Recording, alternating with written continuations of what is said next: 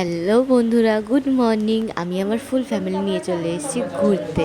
আর এখানে সকালবেলা যেহেতু খুব খিদে পেয়ে গেছিলো, তাই ব্রেকফাস্টটা করে নিলাম লুচি আর আলুর তরকারি। খেয়ে দিয়ে আমরা ঘুরতেও বেরিয়ে গেছি। আমরা কোথায় এসেছি? হ্যাঁ, আমি আমার ফুল ফ্যামিলি নিয়ে চলে এসেছি দীঘা ঘুরতে। আর আজকে আমাদের দীঘায় ছিল প্রথম দিন।